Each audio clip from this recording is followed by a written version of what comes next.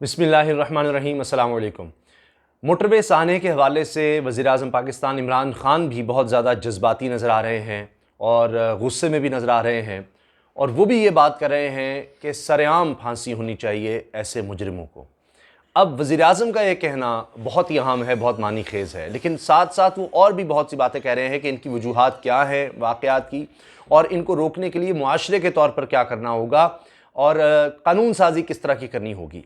अब इमरान ख़ान साहब ने ये बात कही है कि वो ये समझते हैं कि जो लोग ये जिनसी ज़्यादती के मुर्तकिब होते हैं, इनको मिसाली सज़ा देनी चाहिए, और उन्होंने ये कहा है कि मेरे ख़्याल में ऐसे लोगों को चौक पर सरेआम फांसी देनी चाहिए, चौक में। और ये सज़ा जो ये ज़्यादती के मुजरिम हैं उनको और बच्चों का जिनसी इस्तेहसाल करने वालों दोनों को होनी चाहिए। ये उनके लिए ख़ास तौर पर ये सज़ा होनी चाहिए कि चौक में इनको लटकाया जाए और सरेआम इनको सज़ाए मौत दी जाए। इसके अलावा वज़ीर-ए-आज़म ये कहते हैं कि बदकिस्मती से जब वो वज़ीर-ए-आज़म बने तो उन्होंने इस पर बात करने की कोशिश की इस हवाले से, और अब भी जब वाक़या हुआ तो यकीनन इस पर मज़ीद बात हुई होगी। तो वो कह रहे हैं कि इस पर जब मुबाहिसा हुआ, बहस की, डिबेट की, तो हमें बताया गया कि बैनुल-अक़वामी सतह पर ये जो सरेआम फांसी की सज़ा है ये कबूल नहीं की जाएगी, और यूरोपीय यूनियन की जानिब से दिया जाने वाला GSP प्लस स्टेटस ख़तरे में पड़ जाएगा। इन GSP प्लस स्टेटस के तहत पाकिस्तान की जो मसनूआत हैं उनको ज़्यादा आसानी से रसाई मिलती है, उनको कंसेशंस मिलते हैं, रियायत मिलती है पूरी यूरोपियन यूनियन में, तो वो फिर ख़त्म हो सकता है। इसके अलावा उन्होंने ये कहा कि ये जिनसी ज़्यादती करने वालों को कीमियाई या सर्जिकल तरीके से नामर्द बनाने की तजवीज़ भी ज़ेरे गौर है, और ऐसा कई मुल्कों में किया जा रहा है। यानी इनको सर्जिकल यानी ऑपरेशन करके या फिर केमिकल के ज़रिए, दवाइयों के ज़रिए ऐसे लोगों को नामर्द कर दिया जाए, उनसे ये सलाहियत उनकी छीन ली जाए जो ये जिनसी इस्तेहसाल करते हैं। अच्छा, ये उन्होंने मिसाल इस तरह दी कि फर्स्ट डिग्री के लिए होना चाहिए, यानी एक तरह से कम सज़ा ये होनी चाहिए, और जो फिर यानी इज्तिमाई ज़्यादती हो या ज़्यादती का जो मुर्तकिब हुआ है जिनसी इस्तेहसाल का, तो यह है कि नामर्द कर दिया जाए, ये कम से कम सज़ा होनी चाहिए, और जो ज़्यादती करे उसको तो सरेआम लटका दो, ये वज़ीर-ए-आज़म इमरान ख़ान ने कहा। और ये जो वो कह रहे हैं कि नामर्द बनाने की सज़ा होनी चाहिए, इस हवाले से कई ममालिक में क़वानीन मौजूद हैं। उसकी मैं आपको मिसाल दे देता हूँ। जो चीज़ हमारे सामने आई है उसमें यह है कि कई ममालिक में ये सज़ा दी जा रही है। इनमें इंडोनेशिया है, चेक रिपब्लिक है, यूक्रेन है, अलबामा की अमरीकी रियासत है, और इनके हवाले से मैं आपको बताऊं कि इंडोनेशिया की पार्लियामेंट ने 2016 में इस कानून की मंजूरी दी थी। चेक रिपब्लिक में 1966 से ये कानून राइज है, इस पर अमल किया जा रहा है, और सन 2000 से लेकर 2011 के दौरान 85 मुजरिमों को यह सजा दी गई। चेक रिपब्लिक में उनको नामर्द किया गया। यूक्रेन की पार्लियामेंट ने 2019 में इस कानून की मंजूरी दी थी, और रियासत अलबामा, अमेरिका की रियासत अलबामा में पिछले साल इस कानून की मंजूरी दी गई थी। तो लिहाजा ये मिसालें मौजूद हैं। जिस तरह से वज़ीर-ए-आज़म इमरान ख़ान ने कहा है कि ये सज़ा, नामर्द करने की सज़ा कई मुल्कों में राइज है। बहरहाल इस पर अभी बहस होगी और फिर देखा जाएगा क्या किया जाता है। अब इसके अलावा इमरान ख़ान साहब ने कहा है कि इस पर कानून साजी की बहुत ज़्यादा ज़रूरत है। जो जिनसी जराइम हैं इनमें मुलव्वस जो मुल्ज़िमान हैं इनके ख़िलाफ़ नई कानून साजी की ज़रूरत है। और वज़ीर-ए-आज़म ने ये निशानदेही की है कि ये जो वाक़या हुआ है मोटरवे पर, ये जो दरिंदगी हुई है, इसका मरकज़ी मुल्ज़िम 2013 में भी इज्तिमाई ज़्यादती में मुलव्वस रह चुका है, और मुआशरे को इस तरह के मुजरिमों से मुस्तकिल बुनियादों पर पाक करने के लिए हमें नई कानून साजी करनी पड़ेगी। और जिनसी जराइम मुलव्वस अफराद का सिर्फ पुलिस नहीं बल्कि पूरे मुआशरे को मुकाबला करना चाहिए। और वो मिसाल देते हैं कि दुनिया की तारीख बताती है कि जब मुआशरे में फहाशी बढ़ती है तो दो चीज़ें होती हैं, जिनसी जराइम बढ़ते हैं और ख़ानदानी निज़ाम तबाह हो जाता है।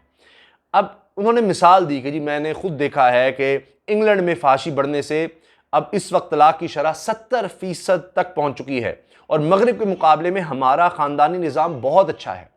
अगर हम देखें तो हम हर चीज़ में मगरिब से पीछे रह गए हैं, लेकिन हमारा ख़ानदानी निज़ाम बहुत अच्छा है। वहाँ ख़ानदानी सिस्टम, फैमिली सिस्टम तबाह हो चुका है।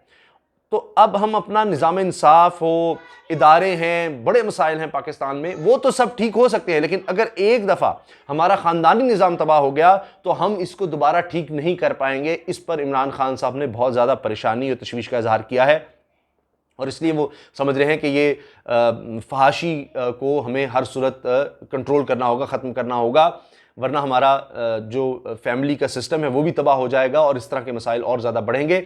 और इसी वजह से उन्होंने अपने इंटरव्यू में ये बात कही है कि मैं अर्तुगरुल ड्रामे की बात की और तैयब उर्दवान से कही कि ये ड्रामा हम पाकिस्तान में दिखाएं, और हमने दिखाया। इसकी वजह है कि हम अपना कल्चर लाना चाहते हैं कि नौजवानों को अपने कल्चर से रूशनास करवाएं, उनको इससे मुतारिफ़ करवाएं। इस्लामिक कल्चर हो, पाकिस्तान का कल्चर हो, उसके बारे में नौजवान सोचें, वो उनकी इंस्पिरेशन हो, उनके हीरोज़ ये लोग हों।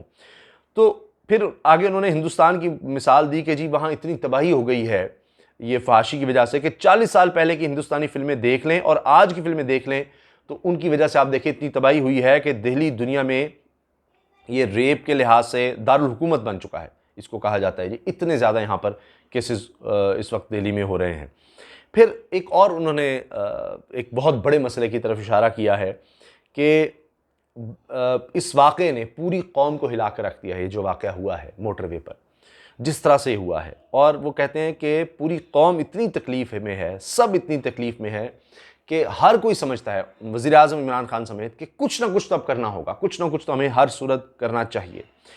तो वज़ीर-ए-आज़म ने बताया कि 2 साल पहले जब मैं इक़्तिदार में आया, मैं वज़ीर-ए-आज़म बना, तो मैंने एक ग़ालिबन DIG का उन्होंने बताया कि एक बड़े ही अपराइट ऑफिसर की मैंने ड्यूटी लगाई और DIG रैंक का आदमी था कि ये जराइम किस तरह बढ़ रहे हैं इसका पता चला, और कसूर वाक़े का ख़ास तौर पर ये बात हुई उसके तनाज़ुर में। तो कहते कि ये जब पता चला तो इतनी ज़्यादा परेशानी और हैरानी हुई कि ये जो जिनसी ज़्यादती है इसके जराइम सबसे ज़्यादा बढ़ रहे हैं, और सिर्फ ख़वातीन नहीं बल्कि बच्चों के ख़िलाफ़ ये जुर्म बढ़ता चला जा रहा है। और मुझे बताया गया कि पाकिस्तान बच्चों का जो जिनसी इस्तेहसाल हो रहा है फ़िल्म्स और फ़ोटोज़ लेकर, तो इसमें दुनिया में पाकिस्तान सर-ए-फ़हरिस्त हो चुका है।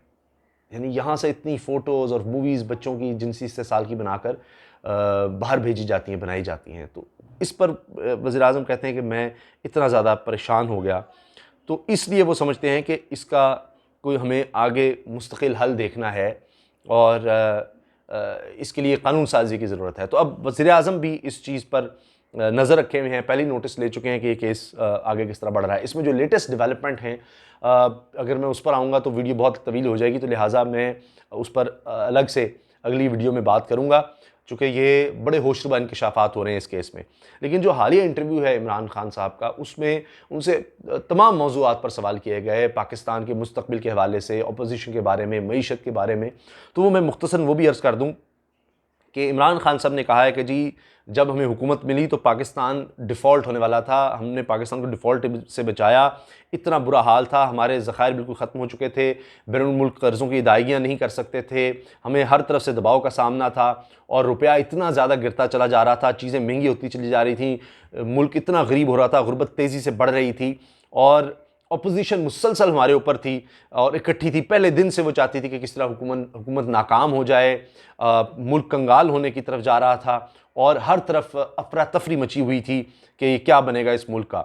और ये उन्होंने कहा कि जी ये अपोजिशन जो है, इसका एजेंडा ये कोई डेमोक्रेटिक अपोजिशन नहीं है, ये सिर्फ अपने लीडर्स को, उनकी लूट मार को बचाने के लिए सब इकट्ठे हुए हैं और ये चाहते हैं कि मैं NRO दे दूँ।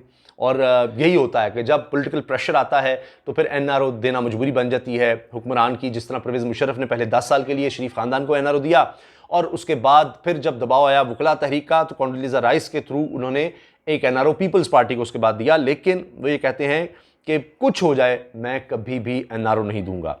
और फिर ये बात हुई कि IMF के पास आपको जल्दी जाना चाहिए था। इमरान खान ने ये बात मानी कि हमसे गलती हुई, हमें IMF के पास पहले चले जाना चाहिए था, लेकिन हमारा ख्याल था कि दोस्त ममालिक हमारी इतनी मदद कर देंगे। लेकिन फिर हमें ना तजर्बाकारी थी कि इतने पैसे, इतने ज़्यादा डॉलर्स तो कोई दोस्त मुल्क नहीं दे सकता।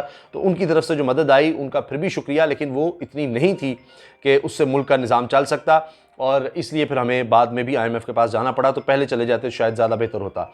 और ये बात भी उन्होंने कही है कि जी ये FATF पर जो ब्लैकमेल किया जा रहा है और ये मुझसे एनआरओ मांग रहे हैं, ये तो कभी सवाल ही नहीं पैदा होता और सबके सामने चीज़ें आ जाएंगी। अगर ये FATF पर ये कानून साजी नहीं करते तो हम एक एक चीज़ लोगों को दिखाएंगे कि कौन मुल्क का दुश्मन बना हुआ है।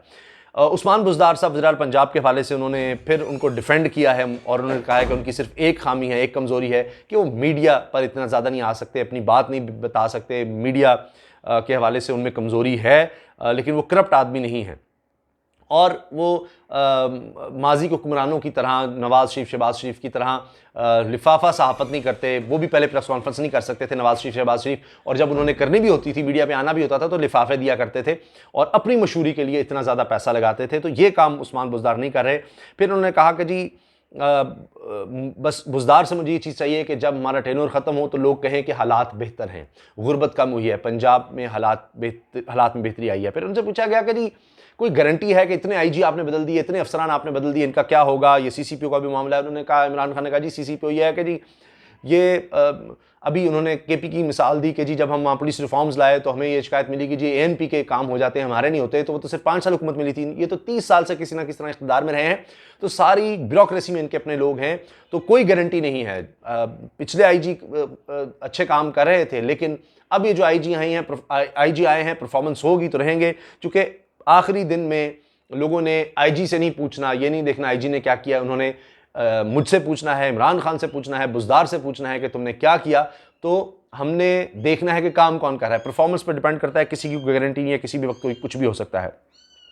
करप्शन के हवाले से उन्होंने कहा कि ऊपर करप्शन खत्म हुई है, नीचे नहीं अभी तक हो सकी और बहुत ज़्यादा करप्शन है और हम जब खत्म करना चाहते हैं तो और मसाइल पैदा होते हैं। E-गवर्नेंस हर सूरत लानी है। FBR का मसला ये है कि E-गवर्नेंस वहाँ लाना चाहते हैं, वहीं के लोग नहीं लाने देना चाहते। यूटिलिटी स्टोर की उन्होंने मिसाल दी कि हम E-गवर्नेंस के तहत ला रहे थे, एक कंपनी को ठेका दिया, तो वहीं के लोग जो यूटिलिटी स्टोर है उसी के लोग एक और कंपनी से ठेका करके अदालत चले गए और इसी तरह से हमें हर सतह पर यानी माफिया का सामना है। कस्टम में पूरा एक गैंग बना हुआ है और वो आपस में फिर बंदर बांट होती है और करप्ट वो है जो उनके बाला बाला कोई डील कर जाए।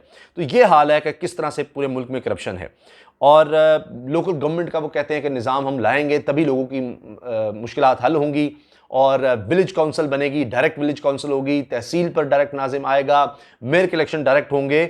और मसला ये है कराची जैसे, लाहौर जैसे शहरों का कि वो अपना पैसा बनाएं और वो उन पर खर्च हो और डायरेक्टली इलेक्टेड मेयर वगैरह हो, ये उनके ऊपर पॉलिटिकल इन्फ्लुएंस ना हो, वो अपने मसाइल हल कर सके।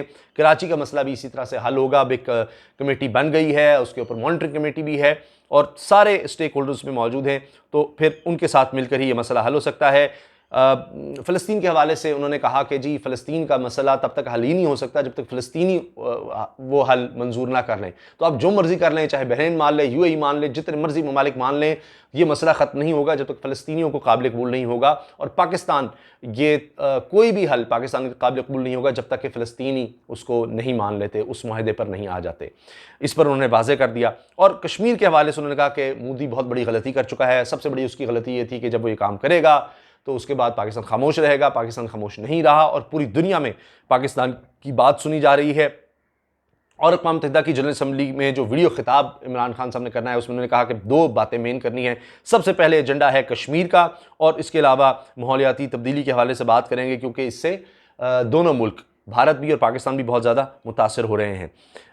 अब ये चूँकि मुल्की हालात के हवाले से इंटरव्यू था, तो इस पर इमरान खान साहब ने कहा कि जी ये बहुत ज़्यादा शोर था, अपोजिशन मुसलसल कह रही थी कि जी मुकम्मल लॉकडाउन करो, और अगर मुकम्मल लॉकडाउन करते हैं तो हमारा भारत से भी बुरा हाल होता, क्योंकि भारत की मईशत तो हमसे बेहतर थी। लेकिन आप देखेंगे मोदी ने बग़ैर सोचे समझे 4 घंटे में लॉकडाउन कर दिया और उससे उनकी मईशत भी तबाह हो गई और लोग गरीब से गरीब तर हो गए। जब लॉकडाउन में नरमी करने लगे तो अब वायरस और फैला।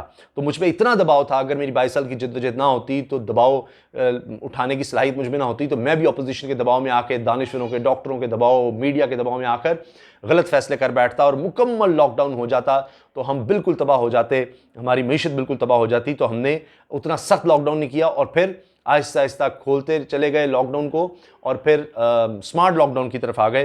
तो अल्लाह ताला का ख़ास करम हुआ। लेकिन उन्होंने ये भी कहा है कि सर्दियों में ये वबा कोरोना की शदीद लहर आ सकती है, तो लिहाजा हमें बहुत ज़्यादा एहतियात करने की ज़रूरत है। हमारे मुल्क में गुर्बत बहुत ज़्यादा है और इनके लिए भी हमें ज़रूरी है कि आगे मईशत को आगे लेकर जाना है, मुल्क को आगे लेकर जाना है, तो हमें एहतियात बहुत ज़्यादा करनी होगी।